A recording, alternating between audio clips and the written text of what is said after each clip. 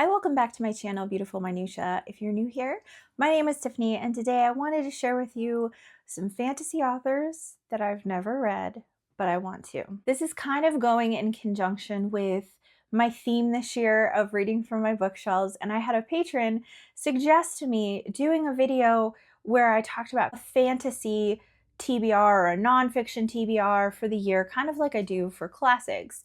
So obviously, at the point of this video being released, we are inching up on the halfway point of the year. Not there quite yet, but it's May. So I'm not planning to read most of these books in the second half of this year necessarily. There's a few of them I think that I might pick up, but I'm not going to plan to actually read all of these in the calendar year of 2026.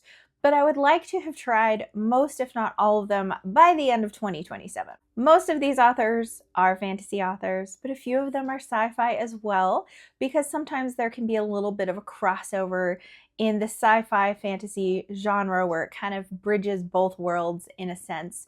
So I decided to include a couple of sci-fis in here as well. I think I'm actually going to kick off with the sci-fis since I just mentioned them. So the first one is never read any Isaac Asimov before, and I have a couple books like this that are bind-ups. I think I also have like his robots. Is it Robots of the Dawn? I don't know. It has iRobot and like several other of his robot books in there. And I think I might even have a third volume that I picked up at a library book sale years ago, and they were 25 cents each. So it kind of felt like no harm, no foul. But I feel like it's really important for me to read like some classic sci-fi, just like I enjoy classic fantasy. So I feel like the Foundations trilogy is probably the place to start. That's where most people kind of recommend starting with Asimov, is either this or iRobot or something like that, which I also do have, but I'm very intrigued by the Foundations trilogy. Obviously, I would read the first book first.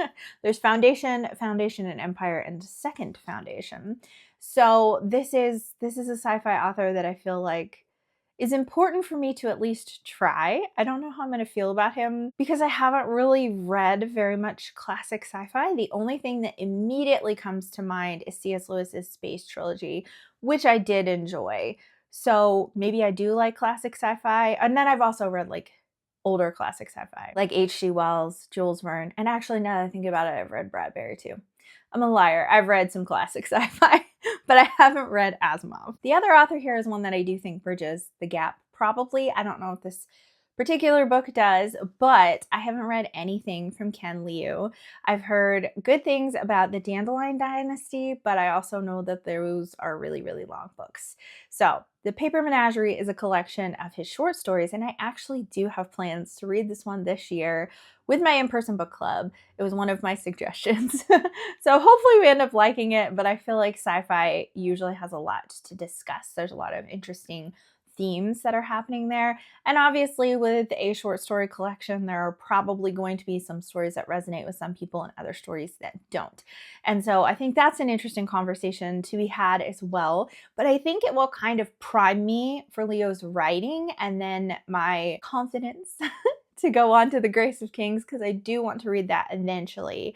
But I think I want to dip my toe in his writing style before I fall headlong into a big series that has incredibly long books. Pretty sure everyone else on the stack is firmly in the fantasy category, so I have not read any John Gwynne. I don't know if Malice is the place to start with him. This is the Faithful and the Fallen series. I know that he has another series. I don't know if it's in like the back of this book or not, because I feel like this might be his first series, but there's a book with like a dragon or something on the cover, I think, and I can't remember what it's called. Maybe that's a better place to start. I don't know. I picked this up at a used bookstore for a really, really good price, and it was the first book in the series, so I figured I would just go for it. It is very thick. And one of the things that I'm noticing as I was going through my shelves to find authors that I hadn't read that I wanted to is that a lot of them are series. And so that would involve me starting a lot of new series. And I am trying to finish up some series, which is part of the reason why I want to wait a little bit longer before I delve into a lot of the books on here, because I am finishing up a couple of series, which I'm doing great at this year, by the way. In case you were wondering, there's a little preview, even though we haven't got to the halfway point of this year. I have made a lot of progress in series and finished a couple series started a couple other series. So I don't want it to be like overwhelming that I read the first book of a ton of series within the course of the year and then kind of like get them jumbled together or take too long to get to book 2 or anything like that. So I definitely want to space these out a little bit more, which is why I'm not planning to have this be a TBR that I finish by the end of this year. A very famous fantasy author that I've never read is Patrick Rothfuss, and if I'm being entirely honest, the number one reason I have procrastinated reading The Name of the Wind is because it's an incomplete series, and at this point, no one knows if it will ever be finished. And so that kind of has stopped me in my tracks a little bit, but I've heard people often talk about how good Rothfuss's prose is, and if you know me, you know I'm a sucker for good prose. If it's pretty, I usually like it and find things to enjoy about it. This one's actually pretty long too. It probably doesn't look like it because it's mass market paperback, but it is over 700 pages. So it's still fairly hefty. I think I also own the novella that's a part of this series, but I don't own book 2 because I didn't want to go on and buy the next book if I hadn't even read the first book to see what I thought. But I feel like this is a big gap in my fantasy repertoire because I feel like I've read a decent amount of like some really, really popular fantasy writers like Sanderson, Hobb. I'm sure there are others. My mind's totally blanking right now, but I feel like Rothfuss is often included in that list, and so it feels like a big gap. I've also never read any Jim Butcher, but I do own the Aeronauts Wind List. This is the first in his Cinder Spires series, and Charlene sent me this for Christmas like a year or two ago, and I really wanted to read it because it sounded so good when she was talking about it, and she was reading it. I think she's read the first book like twice maybe, and then read the second book as well because she reread the first book, I think, to prepare. So she really does like this. I think there's a talking cat in it too, which automatically makes me really think that that would be fun to have a snarky, sassy cat as a character in it. Again, a series that I don't think is complete yet, although it is currently being written and books are being released from it, so it doesn't feel like a hopeless case like the King Killer Chronicles. So I think that this one will be complete, but it's not yet. We also have The Ember Blade by Chris Wooding. I've heard so many people rave about this particular book. It is the first in a series. Surprise, surprise, like almost everything on this list except Paper Menagerie, I think. So this particular book takes a lot of notes from Lord of the Rings, from what I've heard. And so there's a lot of kind of like epic journey, good versus evil. A lot of people really, really like this book. And then I've actually heard some people be kind of disappointed by the second book, which is unfortunate because I would hate to love the first book and hate the second book. But I don't even own the second book. I got this at a used bookstore also, had store credit, ended up being totally free. So it felt like a risk worth taking. And I do still want to read it at some point. I love the cover. I think it's just really pretty epic fantasy. And then, you know, if I enjoy it, I can go on to book 2. I don't know if it's intended to be a trilogy or if it's intended to be longer. The last I heard, there was only 2 books out in this series, but that could have changed. The last book that I have here is one that I picked up at a library book sale, again, also for 25 cents. And so it felt like it was worth snagging.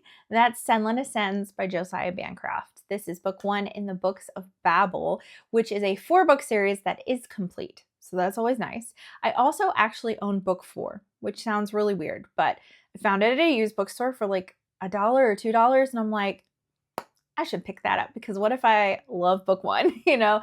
So usually I don't do that, but the price was so low that it felt worth it to do that. So I know that this has to do with kind of like this kind of city that has like multi-layers.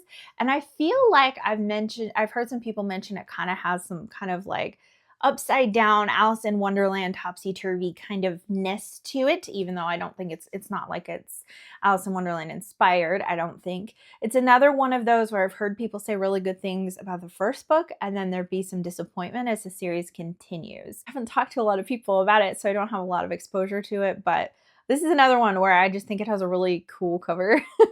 I really like it a lot. So this is going on the stack because as with all of the books here, most of them have been sitting on my shelf for quite a while. Some of them multiple years.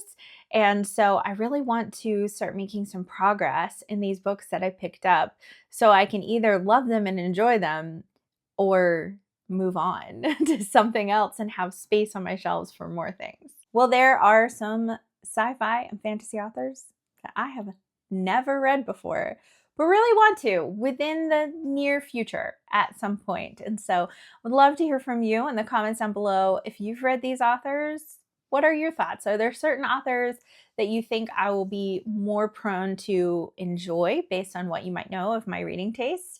Or some that you think I should prioritize sooner rather than later because you've loved them so much or because you're just really curious about them? Please tell me all your thoughts in the comments. Thank you so much for watching. If you like this video, please hit like and also subscribe so you can continue to see more bookish content from me. And I will see you again next time.